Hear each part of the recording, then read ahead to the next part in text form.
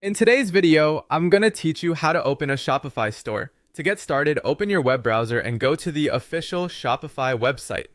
This is where you'll begin creating your online store. If you're new to Shopify, don't worry.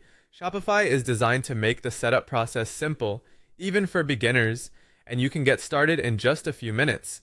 Once you're on the homepage, look for the button that says Start for free and click it.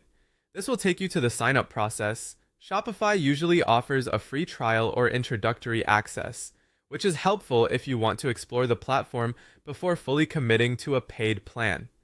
Next, you'll be given a few options for how you want to continue. You can sign up using your email address, or you may also see options to continue with Google or iCloud. Choose whichever method is most convenient for you. If you prefer a faster sign-in process, using an existing account like Google or iCloud can save time. If you'd rather keep things separate, using your email is also a good option. After that, follow the next prompt and choose the email account you want to use, if needed.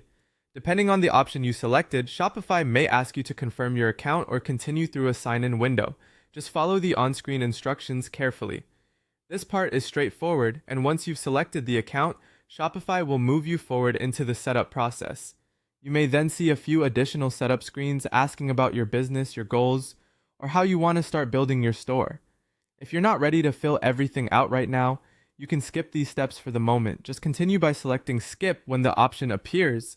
This is useful if your main goal is simply to open the account first and come back later to finish customizing the details. Skipping these early setup prompts won't stop you from accessing your Shopify dashboard.